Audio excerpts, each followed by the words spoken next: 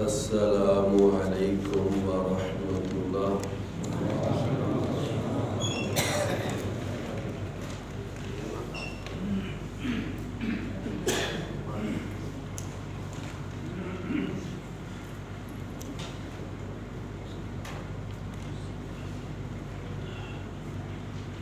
سبق نمبر 101 سورۃ الاحقاف، اس کی آج 16 نمبر آیت سے انشاءاللہ پڑھیں گے۔ اعوذ باللہ السمیع العلیم من الشیطان الرجیم من همزہ ونفخہ ونفثہ۔ أولئك الذين نتقبل عنهم أحسن ما عملوا ونتجاوز عن سيئاتهم في أصحاب الجنة وعد الصدق الذي كانوا يوعدون۔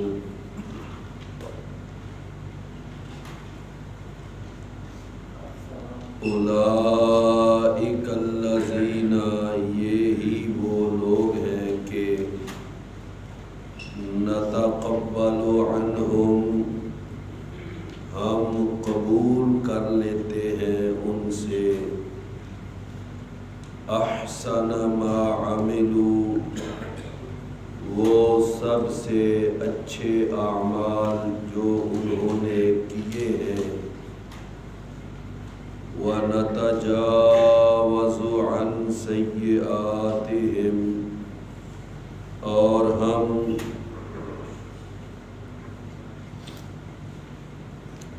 درگزر کرتے ہیں ان کے گناہوں سے، فی اصحاب الجنت، یہ جنت والوں میں شامل ہونے والے ہیں، وعد الصدق الذی کانوا یوعدون، یہ سچا وعدہ ہے جو وہ وعدہ کیے جاتے ہیں۔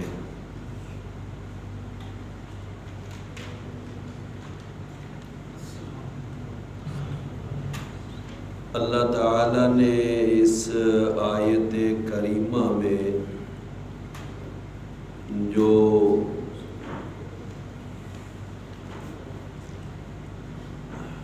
آغاز کیا ہے، یہ 2-3 بھائی جو ہے نا کونے پہ اٹھ کر آگے آ جائے، یہ دیکھیں جگہ خالی ہے، اللہ آپ کو جزائے خیر عطا فرمائے۔ بیٹا بھی آ جائے، ہاں یہ دیکھیں نا جگہ ہے خالی۔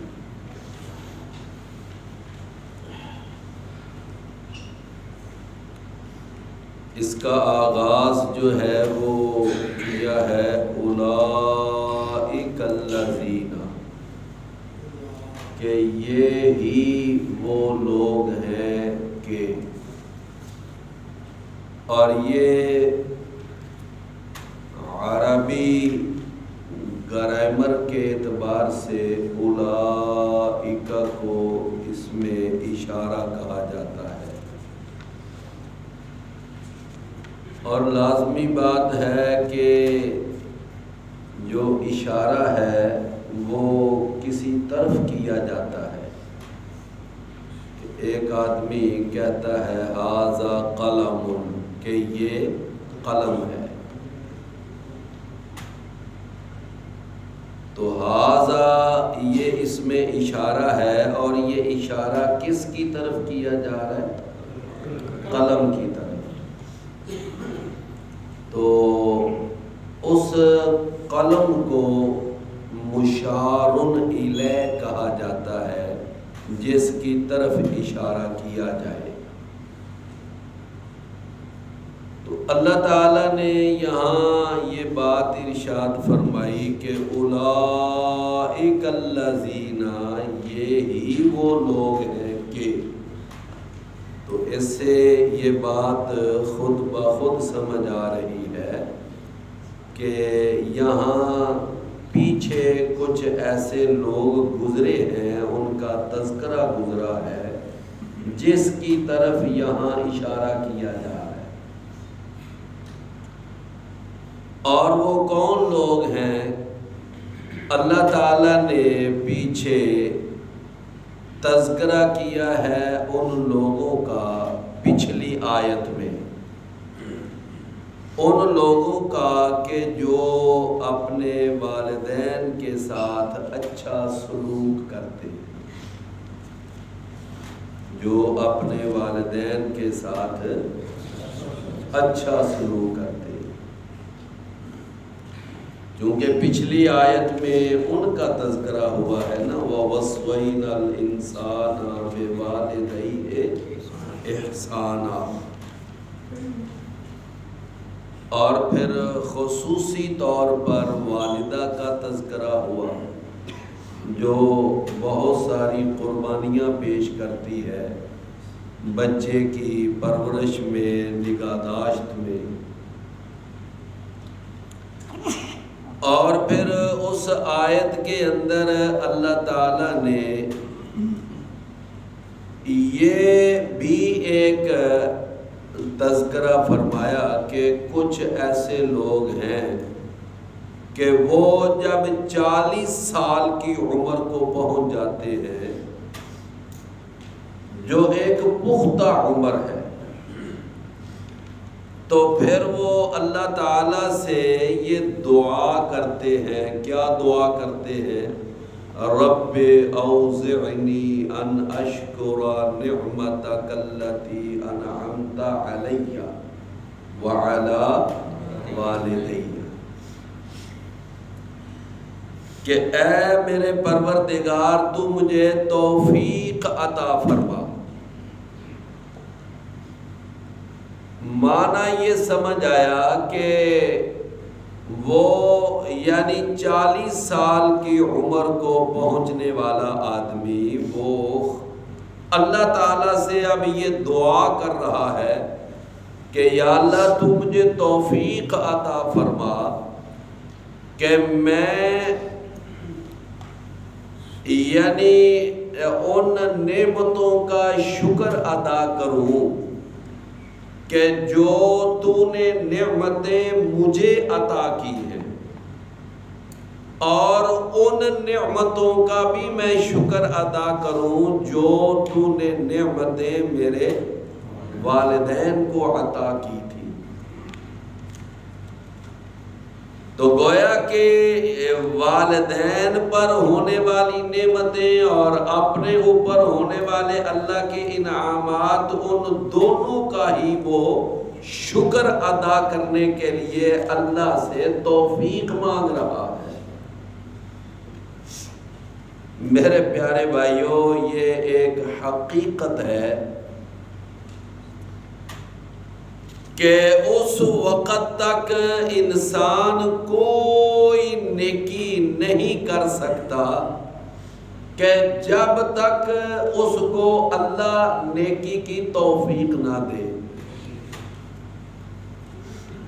اور اس وقت تک انسان کسی برائی سے نہیں بچ سکتا جب تک اللہ اس کو برائی سے بچنے کی توفیق نہ دے۔ بات سمجھ آئی نا؟ آپ یہ دیکھیں کہ ایک ہوتا ہے کہ کسی کو سیدھے راستے کی رہنمائی کرنا کہ یہ سیدھا راستہ ہے۔ ذرا بات کو غور سے سمجھنا، یہ سارے انبیاء یہ کام کرتے آئے، یہاں تک کہ محمد کریم صلی اللہ علیہ وسلم نے بھی یہ ڈیوٹی دی اور قرآن نے یہ بیان کیا وَإِنَّكَ لَتَهْدِي إِلَى صِرَاطٍ مُسْتَقِيمٍ کہ اے نبی آپ اپنی ڈیوٹی نبھا رہے ہیں، اپنی ڈیوٹی سر انجام دے رہے ہیں کہ آپ لوگوں کو سیدھے راستے کی طرف بلا رہے ہیں، سیدھے راستے کی طرف آپ رہنمائی کر رہے ہیں۔ اچھا، اور اس کے بعد یہی ڈیوٹی وہ انبیاء کے جو ورثاء ہیں، کون ہے انبیاء کے ورثاء؟ علماء۔ حدیث میں آتا ہے نا العلماء ورثۃ الانبیاء۔ پھر اس کے بعد یہی ڈیوٹی جو ہے وہ انبیاء کے ورثاء نے بھی ادا کی۔ علماء بھی پھر وہ اپنی ڈیوٹی سر انجام دے رہے ہیں، وہ چاہے محدثین کی شکل میں ہیں، چاہے مفسرین کی شکل میں ہیں، چاہے خطباء کی شکل میں ہیں، چاہے مدارس کے مدرسین کی شکل میں ہیں، یا وہ چاہے یعنی عام علم حاصل کرنے والے وہ تمام علماء، مجتہدین، فقہاء، مفتیان کرام، ان کا کوئی بھی یعنی ان کا سٹیٹس ہے، وہ سارے بیسیکلی تو علماء ہیں نا، وہ بھی یہ ڈیوٹی دے رہے ہیں۔ اچھا، لیکن قابل غور بات یہ ہے کہ یہ سارے انبیاء اور سارے علماء، ان کا زیادہ سے زیادہ کام کیا ہے؟ لوگوں کو صراط مستقیم کی رہنمائی کرنا، لیکن صراط مستقیم کی توفیق عطا کرنا یہ کس کا کام ہے؟ تو بات آپ سمجھے ہیں، یہ توفیق کون دیتا ہے؟ وہ اللہ ہی دیتا ہے، سمجھائی نا؟ اللہم وفقنا لما تحب و ترضا۔ اور پھر قرآن میں ایک بڑی کمال کی آیت ہے، ان اريد الا الاصلاح ما استطعت وما توفیقی الا باللہ۔ تو بات آپ سمجھے نا؟ تو اس آیت میں ایک عمل یہ پیش کیا گیا کہ 40 سال کی عمر والا جو آدمی ہے وہ اللہ سے دعا کرتا ہے، کہتا ہے کہ اے میرے پروردگار تو مجھے توفیق عطا فرما کہ میں ان نعمتوں کا شکر ادا کروں جو تو نے نعمتیں مجھے عطا فرمائی، اور پھر میں ان نعمتوں کا بھی شکر ادا کروں جو تو نے میرے والدین کو عطا فرمایا۔ اچھا، تیسرا اس کے اندر پھر یہ بھی ایک عمل پیش کیا گیا، وَأَنْ أَعْمَلَ صَالِحًا تَرْضَاهُ، اور وہ یہ بھی اللہ سے دعا کرتا ہے کیا کہ یا اللہ تو مجھے نیک عمل کرنے کی توفیق عطا فرما، اور وہ نیک عمل ہوتا کون سا ہے کہ یا اللہ جو عمل تجھے پسند ہے۔ اور اللہ کو کون سا عمل پسند ہے؟ جو صحیح عقیدے پر کیا جائے اور صحیح طریقے پر کیا جائے اور صحیح نیت کے ساتھ کیا جائے۔ یہ بات ہوئی تھی نا پچھلی دفعہ۔ اور اس کے بعد آگے پھر وہ یہ بھی کہتا ہے کہ یا اللہ تو مجھے یعنی میں ایک یہ بھی دعا تیری جناب میں پیش کرتا ہوں کہ یا اللہ میری اولاد کی بھی اصلاح فرما۔ یعنی بعض ہیں جو صرف اپنی اصلاح کی طرف تو توجہ ہے، اپنی نماز سیدھی کی جا رہی ہے، اپنا روزہ رکھا جا رہا ہے، اپنے چہرے پہ داڑھی ہے، اپنا جو معاملہ ہے وہ نماز کی، لیکن اولاد وہ برباد ہو رہی ہے، اس کا فکر ہی نہیں۔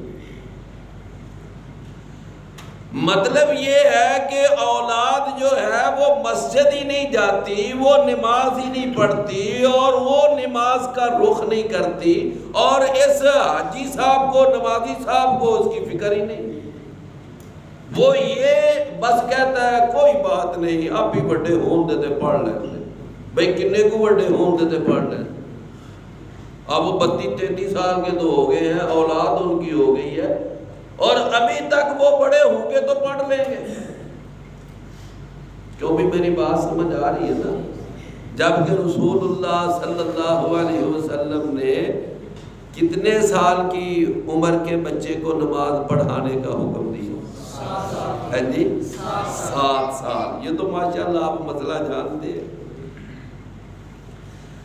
اور پھر وہ کتنے سال کی عمر کا آپ نے وہ تعین کیا ہے کہ جب اتنے سال کا تمہارا بچہ ہو جائے نا تو اب نماز نہ پڑھے تو اب مارو اس کو۔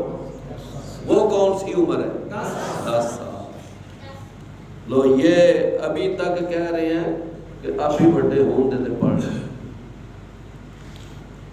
میرے پیارے بھائیوں، یہ سوچ ٹھیک نہیں۔ دیکھو کیا کہا، وَأَصْلِحْ لِي فِي ذُرِّيَّتِي۔ اب یہ سارے پچھلے اعمال آیت میں بیان ہو رہے ہیں۔ پہلا عمل کیا ہوا بیان؟ والدین سے اچھا سلوک۔ دوسرا کون سا عمل بیان ہوا؟ کہ اللہ سے اپنے اوپر اور والدین کے اوپر ہونے والے انعامات کا شکر ادا کرنے کی توفیق طلب کرنا۔ اور تیسرا عمل کیا ہے؟ تیسرا عمل یعنی پھر اس کے بعد نیک عمل کی اللہ تعالیٰ سے توفیق طلب کرنا۔ اور چوتھا عمل اپنی اولاد کی بھی فکر کرنا، اپنی اولاد کی۔ جناب ابراہیم علیہ السلام نے دیکھیں وہ بنایا نا بیت اللہ، ہے جی، بیت اللہ بنایا تو پھر ساتھ ہی دعا کی، کہتے ہیں کہ اے میرے پروردگار، میں نے یہ بیت اللہ بنایا ہے تو اب میری اولاد کو نمازی بھی بنانا۔ یہ دیکھ لو، یہ قرآن میں آتا ہے۔ اللہ اکبر۔ رب انی اسکنت من ذریتی بواد غیر ذی زرع عند بیتک المحرم۔ اور آگے کیا الفاظ ہیں؟ ربنا لیقیموا الصلاۃ، ربنا لیقیموا الصلاۃ۔ یا اللہ یہ میں بیت اللہ بنا رہا ہوں تو یا اللہ اس لیے بنا رہا ہوں کہ میری اولاد نماز بھی قائم کرے۔ تو دیکھا نا، یہ فکر دامن گیر ہے، یہ فکر لگی ہوئی ہے میری اولاد۔ تو اولاد کی فکر ہونی چاہیے کہ نہیں ہونی چاہیے؟ لو یہ ساری باتیں کر کے تو آگے اللہ فرما رہا ہے کہ اولئک الذین نتقبل عنہم احسن ما عملوا۔ یہ پیچھے جو سارے اعمال بیان کیے، فرمایا یہی وہ لوگ ہیں کہ جب وہ یہ احسن عمل کرتے ہیں، اچھے اچھے عمل، والدین کے ساتھ اچھا برتاؤ، اپنے اور والدین پر ہونے والے احسانات کا شکر، اور پھر نیک عمل کی توفیق اور والدین اور اولاد کی فکر، یہ سارے نیک عمل کرتے ہیں تو اللہ فرماتے ہیں کہ یہی وہ لوگ ہیں کہ ہم ان کے سارے نیک اعمال کو، اچھے اعمال کو ہم قبول کرتے ہیں۔ نتقبل عنہم احسن ما عملوا، احسن ما عملوا۔ مجھے یاد ہے کہ ایک دفعہ میں نے پہلے بھی اس بات کی طرف تھوڑی سی توجہ دلائی تھی کہ وہ قرآن مجید میں ایک آیت آتی ہے نا کہ لِنَبْلُوَكُمْ أَيُّكُمْ أَحْسَنُ، یہ سورہ الملک میں آیت ہے، لِنَبْلُوَكُمْ أَيُّكُمْ أَحْسَنُ عَمَلًا، کہ ہم نے یہ موت اور حیات کا یہ نظام، یہ موت اور حیات کا یہ سلسلہ دنیا میں انسانوں کو لانا اور دنیا سے انسانوں کو لے جانا، مطلب اس کائنات کا آباد کرنا، کائنات کو بسانا، یہ سارا کیوں کیا ہے؟ تاکہ ہم آزمائیں کہ تم میں سے احسن عمل کرنے والے کون ہیں۔ یہ اللہ آزمانا چاہتا ہے۔ فرمایا یہ ہم نے یہ سارا یہ کارخانہ حیات، یہ ساری کائنات اس لیے بسائی ہے کہ ہم تمہیں آزمائیں کہ تم میں سے اچھے عمل کر کے کون آتا ہے، برے عمل کر کے کون آتا ہے۔ اور بعض جاہلوں نے لوگوں کو یہ عقیدہ سمجھایا کہ یہ ساری کائنات اللہ نے بنائی صرف حضور کی خاطر۔ اب آپ اندازہ کریں، جس کی نہ قرآن میں کوئی دلیل نہ حدیث میں کوئی دلیل، لیکن ساری نعتیں بھری ہوئی ہیں، ساری قوالیاں بھری ہوئی ہیں بس اسی بات پہ کہ جی اگر حضور کو نہ اللہ بناتا تو ساری کائنات ہی نہ بناتا، یہ کائنات ہی حضور کی خاطر، سمجھے نا؟ تو یہ ساری جہالت ہے۔ تو میں عرض یہ کر رہا تھا کہ قرآن نے کئی جگہ یہ بات بیان کی کہ اللہ کہتے احسن ما عملو، کہ اللہ آزمانا چاہتا ہے کہ تم میں سے احسن عمل، اچھے عمل، خوبصورت عمل کرنے والے کون ہیں۔ اللہ تعالیٰ نے قرآن میں یہ کہیں نہیں کہا کہ ہم یہ دیکھنا چاہتے ہیں کہ تم میں سے اکثر عمل کرنے والے کون ہیں۔ اللہ تعالیٰ کو اکثر عمل مطلوب نہیں، اللہ کو احسن عمل مطلوب ہے۔ کوئی بات سمجھ آئی ہے؟ فرق کیا ہے؟ میرے پیارے بھائیوں، اماں جی سیدہ عائشہ رضی اللہ عنہ بیان کرتی ہیں کہ رسول اللہ صلی اللہ علیہ وسلم رات جب اٹھتے تہجد کے لیے، رمضان ہوتا یا غیر رمضان ہوتا، آپ 11 رکعت پڑھا کرتے، اور پھر فرماتی ہیں کہ لا تسأل عن حسنہن وطولہن، کہ اے مجھ سے مسئلہ پوچھنے والے تو یہ نہ پوچھ کہ وہ 11 رکعتیں کتنی لمبی ہوتی تھی اور کتنی خوبصورت ہوتی تھی، کتنی لمبی ہوتی تھی اور کتنی اللہ کو خوبصورت عمل چاہیے، سمجھے نا؟ یہ نہیں کہ جناب اکثر عمل اللہ کو نہیں چاہیے۔ اللہ کے ہاں کوانٹیٹی مطلوب نہیں ہے، کوالٹی مطلوب ہے۔ اللہ کے ہاں کیا مطلوب ہے؟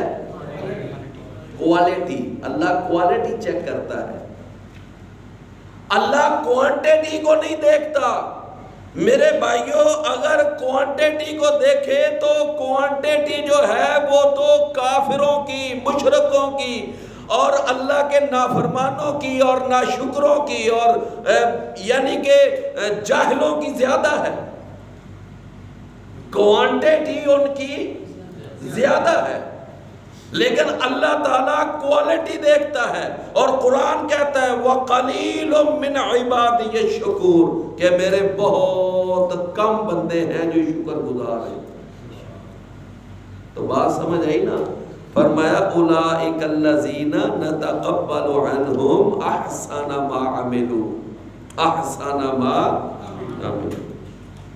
اللہ، وہ ہمارے ایک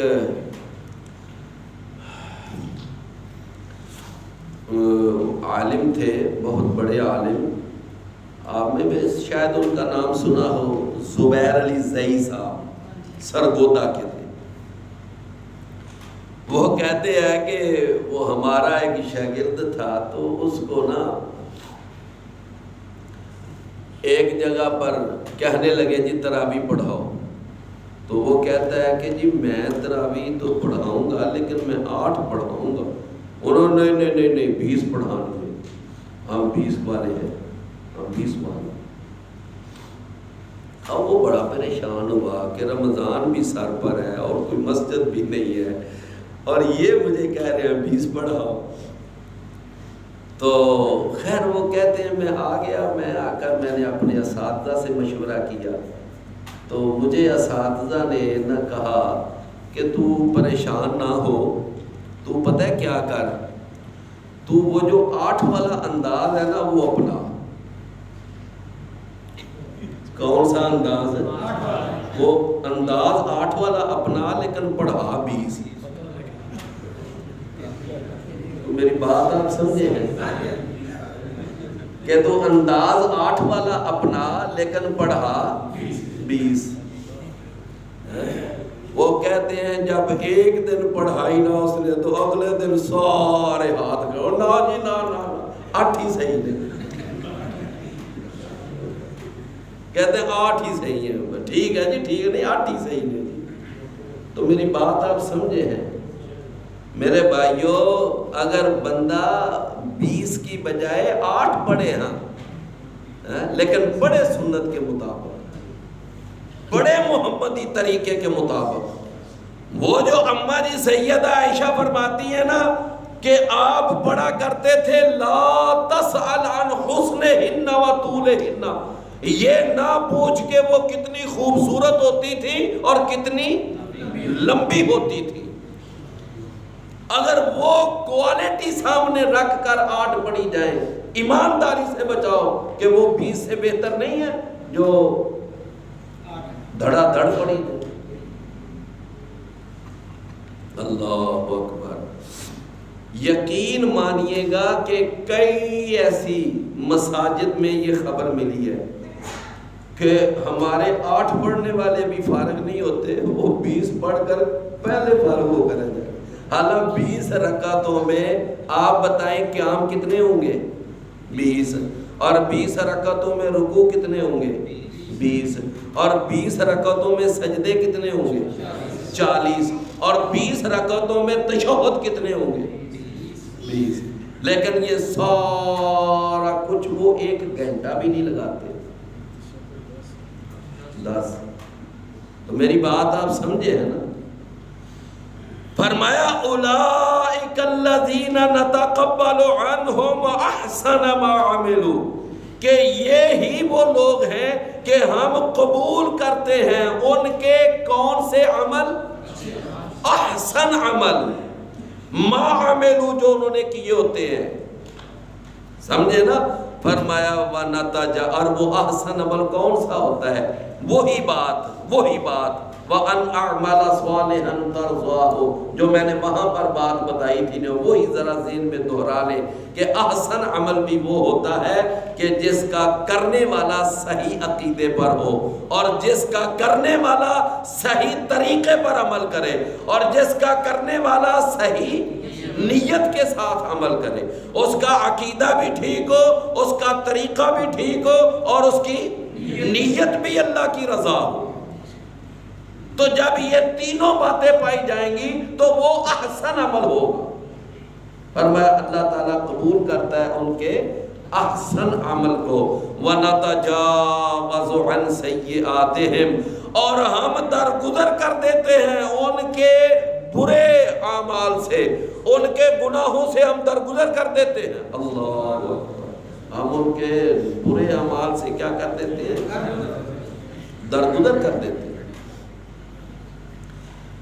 جناب سیدنا عمر بن عاص، مکے کے ایک عظیم دانا اور سمجھدار اور سردار، یعنی جو سفیر بن کر گئے تھے حبشہ، مسلمانوں کو واپس لانے کے لیے، ابھی حالت کفر میں تھے۔ تو جناب عمر بن عاص جب اللہ نے ان کا سینہ کھول دیا اور شرح صدر ہو گیا کہ اسلام سچا اور برحق دین ہے، اسلام قبول کرنے کے لیے مدینہ تشریف لائے، تو آ کر اللہ کے نبی صلی اللہ علیہ وسلم سے کہتے ہیں اپنا ہاتھ پھیلائیں، آگے کریں، میں بیعت کرنا چاہتا ہوں، اسلام قبول کرنا۔ آپ نے ایسے ہاتھ آگے کیا، انہوں نے پھر ہاتھ پیچھے کر لی۔ آپ نے پوچھا عمر کیا بات ہے، کیوں ہاتھ پیچھے کر لیا؟ کہا اللہ کے رسول، بیعت کرنے سے پہلے میں آپ سے ایک شرط منوانا چاہتا ہوں، اور وہ شرط یہ ہے کہ میں جب کفر کی حالت میں تھا تو میں عام کافر نہیں تھا، میں بہت بڑا اسلام کا مخالف تھا اور ہر جگہ اسلام کے خلاف جھنڈا لہرائے پھرتا تھا۔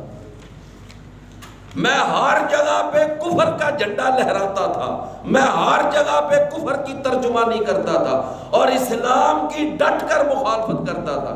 کیا میرے جیسے پاپی اور گناہگار کو بھی اللہ بخش دے گا اسلام قبول کرنے سے؟ تو رسول اللہ صلی اللہ علیہ وسلم نے فرمایا کہ اے عمر، کیا تو اس بات کو نہیں جانتا کہ ان الاسلام یہدم ما کان قبلہ، اسلام قبول کرنے سے اللہ پچھلا سارا کھاتا ہی صاف کر دیتا۔ اور نمبر 2 فرمایا کہ وَإِنَّ الْهِجْرَةَ تَهْدِمُ مَا كَانَ قَبْلَهَا، اور ہجرت کرنے سے بھی اللہ پچھلا سارا ہی کھاتا اس کا کلیئر کر دیتا۔ اور نمبر 3 فرمایا وَالْحَجُّ الْمَبْرُورُ، اور حج مبرور کرنے سے بھی انسان کے سارے گناہ معاف ہو جاتے ہیں اور انسان اس طرح حج کر کے واپس لوٹتا ہے جیسے آج اس کی ماں نے اس کو جنم دیا۔ تو بھائی بات سمجھ آئی نا؟ تو یہ وہ اعمال ہیں کہ جن کے ساتھ اللہ کیا کر دیتا ہے، ان کے سارے گناہوں کو اللہ تعالیٰ معاف کر دیتا ہے۔ وَنَتَجَاوَزُ عَنْ سَيِّئَاتِهِمْ، فرمایا اور ہم ان کے گناہوں سے درگزر کر دیتے ہیں۔ اچھا، اور اس کے بعد آگے سمجھیے کہ اللہ تعالیٰ نے فرمایا کہ ہم ان کے نیک اعمال قبول کر لیتے ہیں اور ان کے برے اعمال کو درگزر کر دیتے ہیں۔ آپ میں سے شاید کسی بھائی کو نہ وہ ایک جنازے کی دعا یاد ہو۔ ایک جنازے کی دعا ہے، رسول اللہ صلی اللہ علیہ وسلم وہ دعا مانگا کرتے تھے جنازے پہ۔ آپ فرماتے کہ اللہم انہو عبدک، کہ اے اللہ یہ جو میت ہے نا یہ تیرا بندہ ہے، وابن عبدک، اور تیرے بندے کا بیٹا ہے، وابن امتک، اور تیری بندی کا بیٹا ہے، اس کا باپ بھی تیرا بندہ اور اس کی ماں تیری بندی، احتاج الی رحمتک، الہی اب یہ تیری رحمت کا محتاج ہو چکا ہے، تیری رحمت کا محتاج ہو چکا ہے۔ میرے پیارے بھائیوں، ہمیں جنازے کی دعائیں بھی یاد کرنی چاہیے اور جنازے کی دعاؤں کا ترجمہ بھی یاد کرنا چاہیے، سمجھائی نا؟ آج بہت سارے بھائی یقین مانیے گا کہ ایک دعا بھی جنازے کی نہیں آتی، ایک دعا بھی۔ اچھا، جنازے کی دعائیں وہ بھی یاد ہونی چاہیے۔ تو رسول اللہ صلی اللہ علیہ وسلم کیا فرماتے؟ احتاج الی، یہ تیری رحمت کا محتاج ہو چکا ہے، وَأَنْتَ غَنِيٌّ عَنْ عَذَابِهِ، یا اللہ تو اس کو عذاب دینے سے بے نیاز ہے، تو اگر اس کو عذاب نہ بھی دے تو تیرا کیا جاتا ہے؟ تو اگر اس کو عذاب نہ بھی دے گا تو تجھے کس نے پوچھنا ہے؟ وَأَنْتَ غَنِيٌّ عَنْ عَذَابِهِ۔ اور آگے کیا کہتا ہے؟ آگے کیا کہ اللہ کے رسول فرماتے کہ اللہم ان کان محسنا، کہ یا اللہ اگر یہ نیکی کرنے والا تھا فتقبل من حسناتہ، تو اللہ اس کی نیکیاں قبول فرما لے، وَإِن كَانَ مُسِيئًا، اور اگر یا اللہ یہ گناہگار تھا فَتَجَاوَزْ عَنْ سَيِّئَاتِهِ، تو اے اللہ تو اس کے گناہوں سے درگزر فرما۔ بالکل وہ جو دعا ہے نا جنازے کی، وہ اس آیت کے بالکل اس کی ترجمانی ہے۔ وہ جنازے کی آیت، اس آیت، وہ جنازے کی دعا اس آیت کی کیا ہے؟ بالکل ہو بہو ترجمہ، کہ ان کان محسنا فتقبل من حسناتہ وَإِن كَانَ مُسِيئًا فَتَجَاوَزْ عَنْ سَيِّئَاتِهِ۔ اللہ اکبر۔ تو میرے بھائیوں، اللہ نے اس آیت میں اپنے کتنے احسانات کا تذکرہ فرمایا۔ فرمایا جو یہ نیکیاں کرتے ہیں ہمارا پہلا ان پر احسان یہ ہوتا ہے کہ ہم ان کی نیکیاں قبول کر لیتے ہیں. اور میرے بھائیوں یہ نیکیاں اللہ قبول فرما لے تو یہ بھی اللہ کی مہربانی ہے. کیوں بھائی؟ یہ کیا ہے؟ اللہ کی مہربانی. ابراہیم علیہ السلام بیت اللہ بنا کر کیا دعا کرتے ہیں؟ ربنا تقبل منا، اے اللہ ہماری اس کاوش کو قبول فرما لے. تو یہ دعا یعنی نتقبل کہ یا اللہ ہم ان کی نیکیاں قبول فرما. اور دوسرا انعام فرمایا اور ہم ان کے گناہوں سے درگزر کر دیتے ہیں. اور تیسرا انعام اس آیت میں اللہ نے یہ بیان کیا، فرمایا فی اصحاب الجنہ، فی اصحاب الجنہ، ہم ان کی نیکیاں قبول فرما کر اور ہم ان کے گناہوں سے درگزر فرما کر آگے تیسرا انعام کیا کرتے ہیں؟ فی اصحاب الجنہ، ہم ان کو جنت والوں میں شامل کرتے ہیں. ہم ان کو جنت والوں میں شامل کرتے ہیں. اللہ. تو اس آیت میں اللہ نے اپنے کتنے انعامات کا تذکرہ کیا؟ 3 انعامات. پہلا انعام نیک اعمال کی قبولیت، دوسرا انعام گناہوں سے درگزر، اور تیسرا انعام کیا ہے؟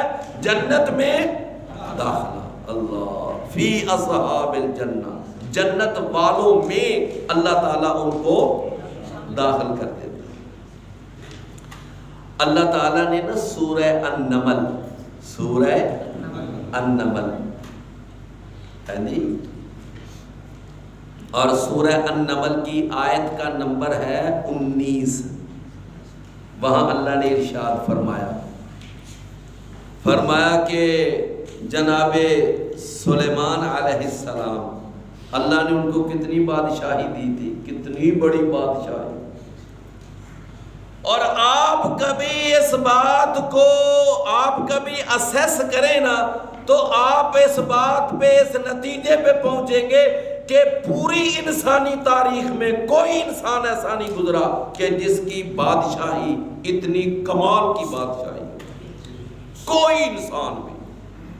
اور بھائی ان کی حکومت انسانوں پر، ان کی حکومت جنوں پر، ان کی حکومت پرندوں پر، ان کی حکومت چیونٹیوں پر، ان کی حکومت یعنی ساری ہوا پر اللہ نے ان کو کنٹرول دے دی.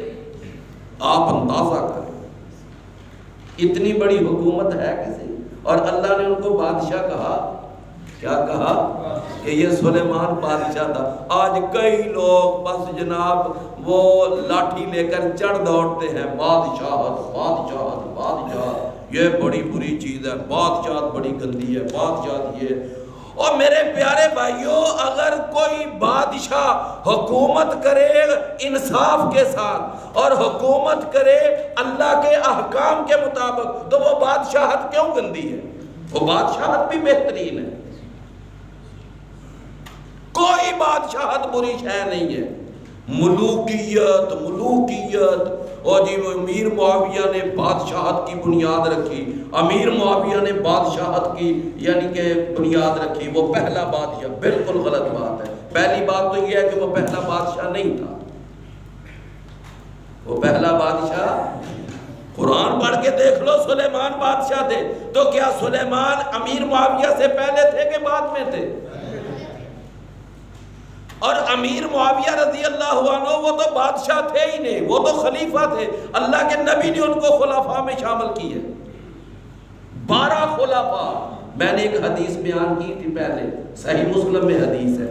آپ نے فرمایا 12 خلفاء ہوں گے میرے بعد. تو جناب سیدنا علی اور سیدنا حسن پہ جا کر 12 خلفاء مکمل ہو جاتے ہیں کہ آگے چلتے. تو بہرحال بادشاہ سب سے کمال کا بادشاہ انسانی تاریخ میں جناب سلیمان ہے.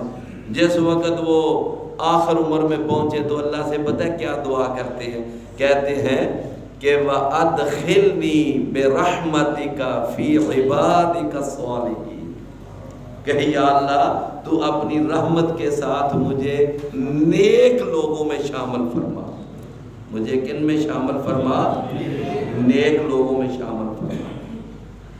اچھا وہ نیک لوگ جو ہیں ان کا ساتھ طلب کر رہے ہیں. کون؟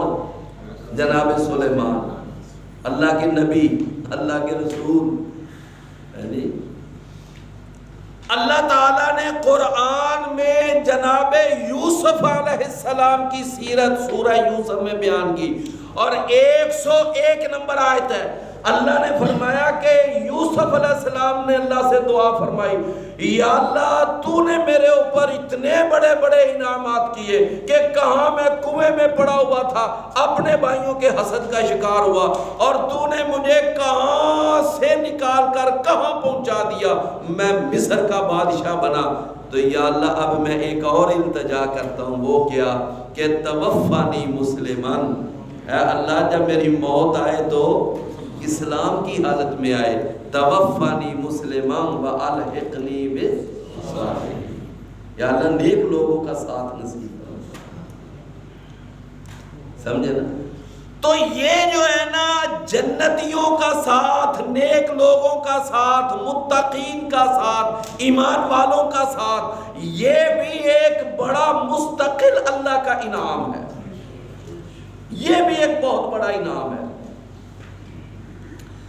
میرے اور آپ کے پیارے پیغمبر، میرے اور آپ کے پیر و مرشد، ہادی و رہنما، پیشوا مقتدا، ساری کائنات کے امام سردار، اور ساری کائنات سے اعلیٰ، افضل، بہتر، برتر، طاہر، مطہر، سید الاولین والآخرین، امام الانبیاء والمرسلین، امام اعظم، قائد اعظم، مرشد اعظم جناب محمد رسول اللہ صلی اللہ علیہ وسلم نے اپنی زندگی کے آخری دن اللہ سے دعا فرمائی. کیا دعا فرمائی؟ اماں جی سیدہ عائشہ فرماتی ہیں سوموار کا دن تھا اور 12 ربیع الاول تھی اس دن.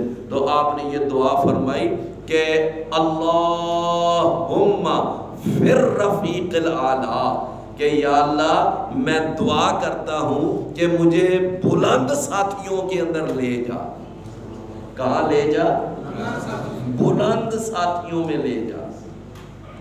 یعنی وہ جو جنتی ہیں، جنت میں گئے ہوئے ہیں، اللہ مجھے بھی ان میں شامل فرما دے. اللہم فی الرفیق الاعلیٰ. تو لہذا میرے بھائیوں اس آیت میں اللہ نے 3 انعام بیان کیے. پہلا انعام نیک اور اچھے اعمال کی قبولیت، اور دوسرا انعام گناہوں سے درگزر، اور تیسرا انعام جنت والوں کا ساتھ. جنت والوں کا اچھا اب یہ جنت والوں کا ساتھ کیسے ملے گا؟ مَن یُطِعِ اللَّهَ وَرَسُولَهُ فَأُولَئِكَ الَّذِينَ أَنْعَمَ اللَّهُ عَلَيْهِمْ مِنَ النَّبِيِّينَ وَالصِّدِّيقِينَ وَالشُّهَدَاءِ وَالصَّالِحِينَ. فرمایا اگر اہل جنت کا ساتھ چاہتے ہو تو اس کے لیے میتھڈ کیا ہے، اس کے لیے نصاب کیا ہے، اس کے لیے سلیبس کیا ہے؟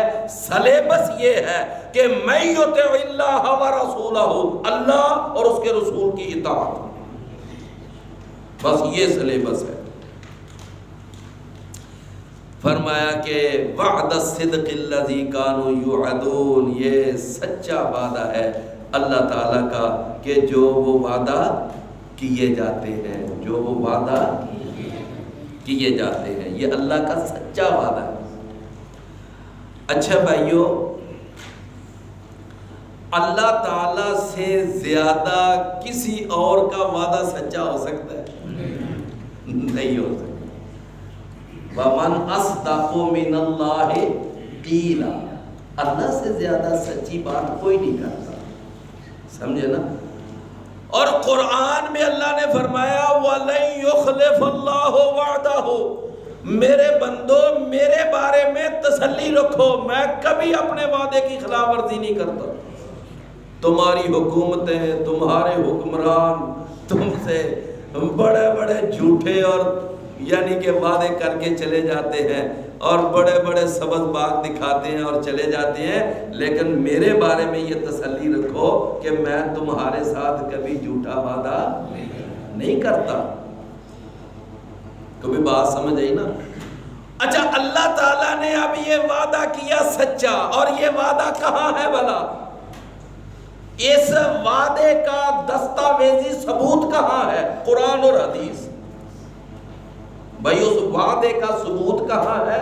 قرآن اور حدیث۔ قرآن اور حدیث میں اللہ نے وعدہ کیا ہے، سمجھے نا؟ فرمایا وعد الصدق الذی کانوا یوعدون، وہ ہے نا قرآن مجید کی ایک آیت، ان اللہ اشتری من المؤمنین انفسهم واموالهم بان لهم الجنہ، کہ اللہ تعالیٰ نے ایمان والوں سے ان کی جانیں اور ان کے مال خرید لیے ہیں اس کے بدلے میں کہ ان کے لیے جنت ہے۔ یہ اللہ نے وعدہ کیا، اور آگے کیا کہا؟ فرمایا کہ وعدن علیہ حقا، یہ اللہ کا سچا وعدہ ہے، اور کہاں ہے؟ فی التوراۃ والانجیل والفرقان، یہ اللہ کا وعدہ انجیل میں بھی تھا، یہ اللہ کا وعدہ تورات میں بھی تھا، اور یہ اللہ کا وعدہ آج قرآن میں بھی ہے۔ یہ اللہ کا وعدہ آج قرآن میں بھی۔ فرمایا وعد الصدق الذی کانوا یوعدون، جس کا وہ وعدہ کیے جاتے ہیں۔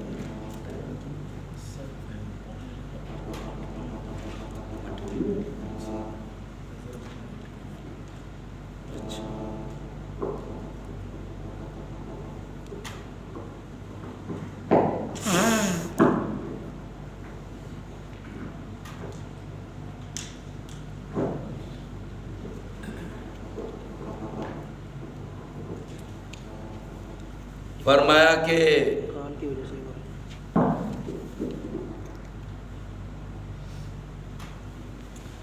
فرمایا والذی قال لوالدیہ اف لکما۔ اچھا، اوپر وہ جو بات آیت گزری ہے آپ نے دیکھی نا، وَوَصَّيْنَا الْإِنسَانَ بِوَالِدَيْهِ، وہ آیت جو ہے اس میں والدین کے ساتھ اچھے سلوک کا بیان ہے۔ اچھا، جن حالات میں یہ سورت نازل ہوئی تھی نا، سورت الاحقاف، تو پتہ ہے مکے کی صورتحال کیا تھی؟ مکے کی صورتحال یہ چل رہی تھی کہ تقریباً ہر قبیلے میں، یا یہ کہہ لیں کہ ہر گھر کی یہ صورتحال تھی کہ بعض گھروں کے اندر والدین اسلام قبول کر چکے ہیں اور ابھی اولاد نے اسلام قبول نہیں کیا، اور ٹسل چل رہی ہے والدین کی اولاد سے۔ اور بعض وہ گھر تھے کہ جہاں اولاد نے اسلام قبول کر لیا ہے، ابھی والدین نے اسلام نہیں قبول کیا، ادھر بھی ٹسل چل رہی ہے۔ آپ کو یاد ہے نا کہ جناب سعد بن ابی وقاص رضی اللہ عنہ مسلمان ہو گئے، اور ماں جو ہے وہ کافرہ ہے، بھائی بھی ابھی کافر ہے، ماں بھی کافر ہے، اسلام قبول کر لیا۔ جناب مصعب بن عمیر مسلمان ہو گئے، ماں بھی کافرہ، بھائی بھی کافر۔ اور اسی طرح اور بھی کئی ایسی مثالیں کہ اولاد بدل چکی ہے، اولاد کنورٹ ہو گئی ہے، اسلام پہ آ گئی ہے، لیکن ماں باپ ابھی نہیں آ رہے۔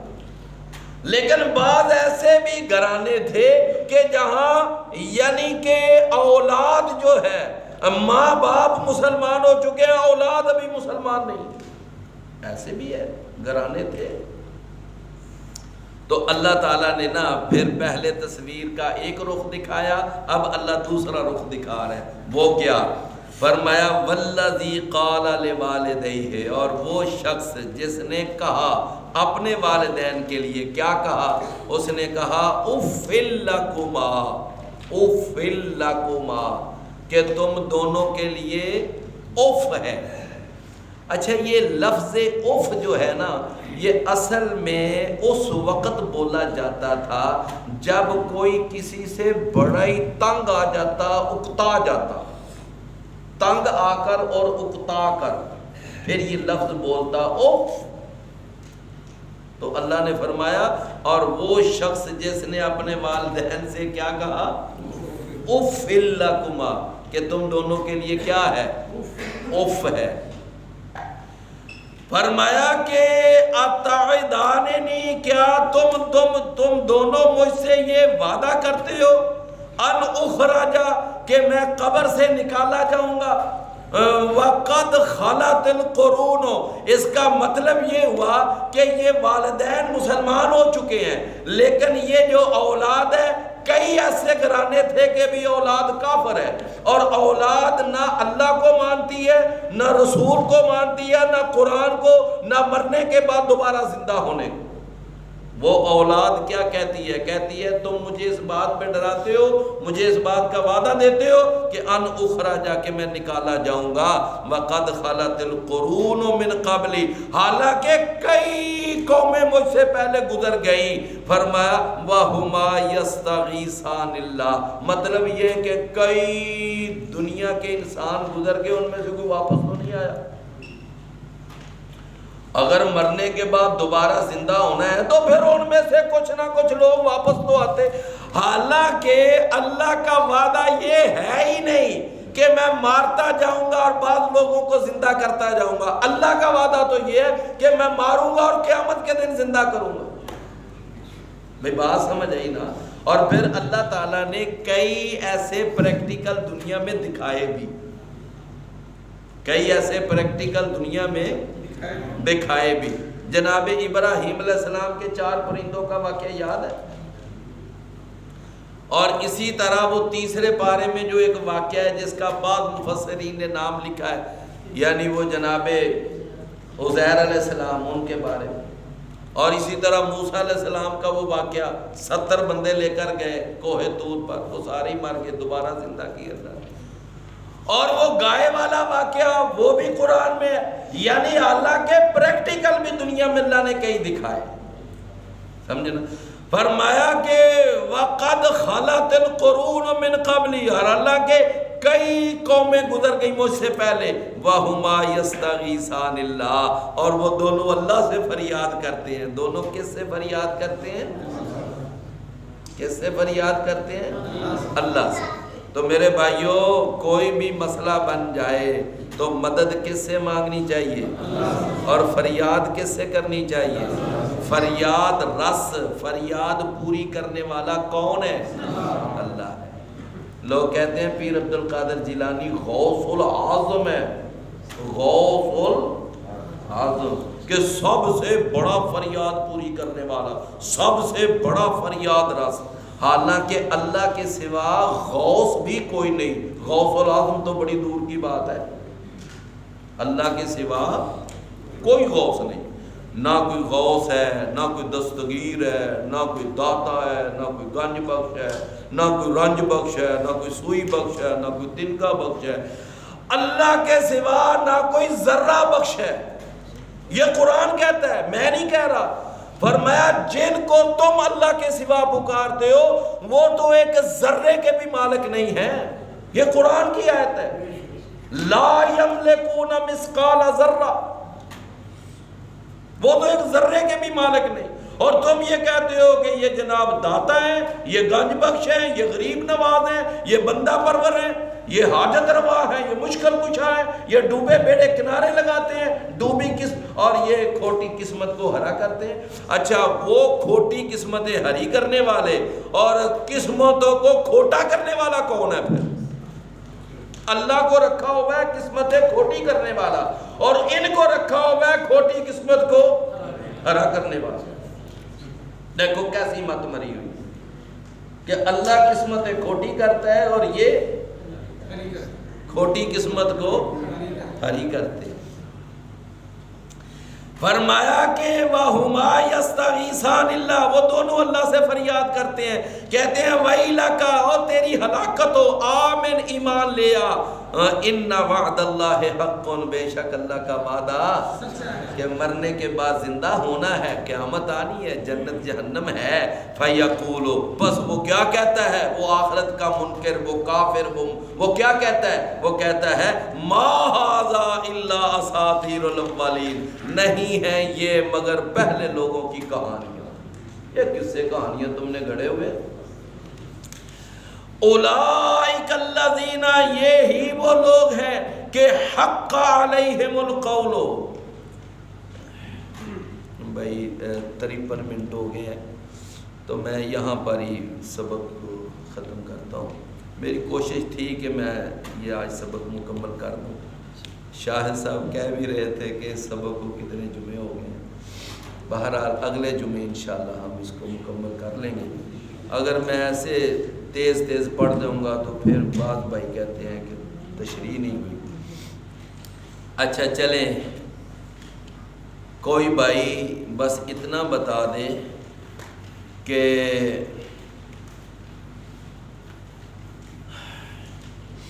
اولئک الذین نتقبل عنہم احسن ما عملوا، اس آیت سے ہمیں کیا عقیدے کا سبق ملا کہ اللہ کو زیادہ یا اللہ تعالیٰ کو مطلوب کس طرح کے اعمال ہیں،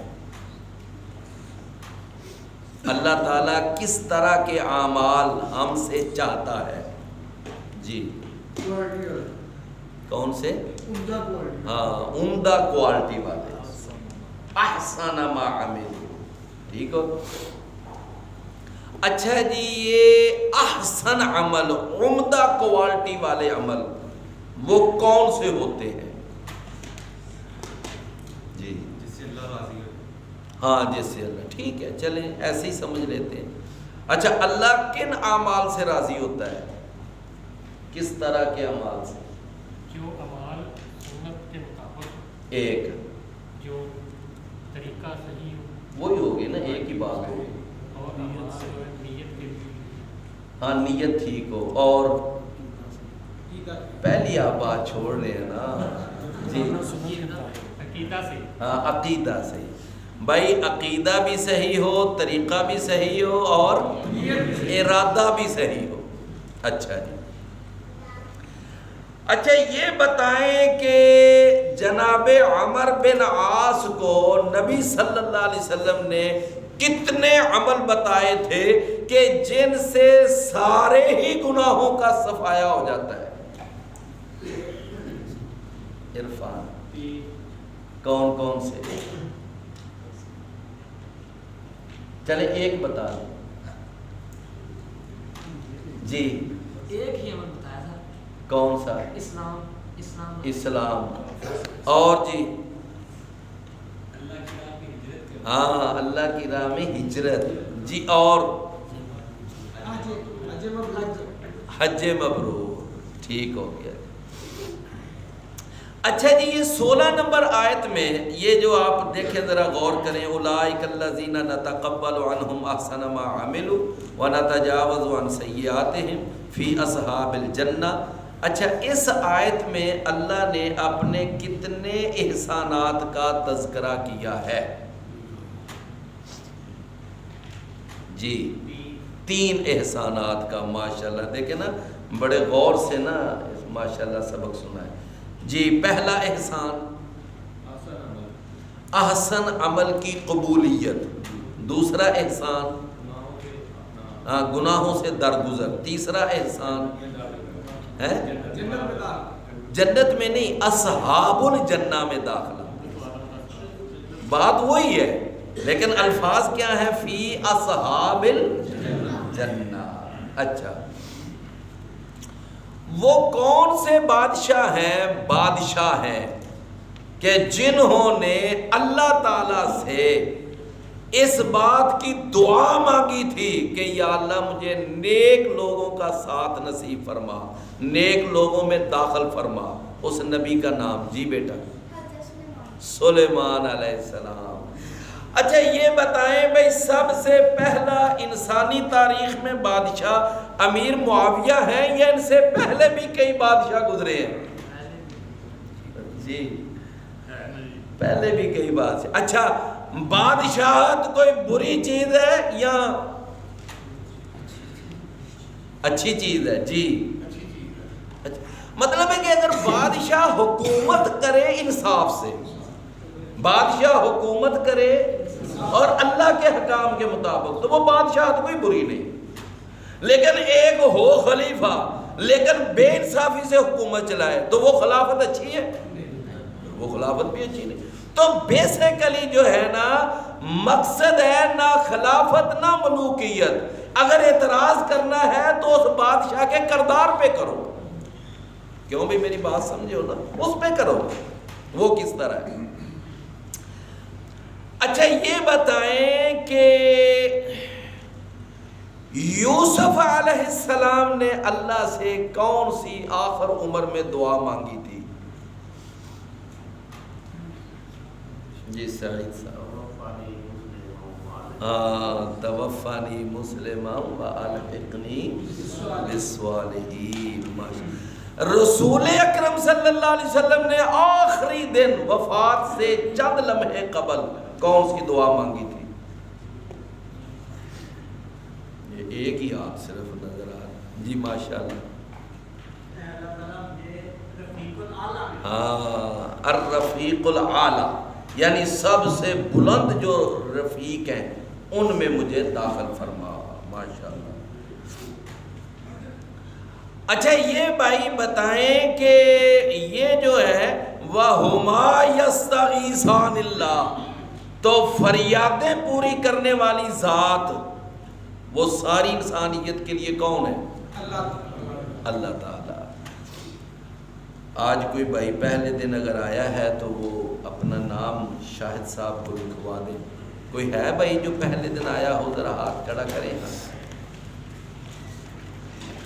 بھائی فوراً بھائی اٹھنے لگ جاتے ہیں، 1 منٹ ذرا بیٹھ جایا کریں۔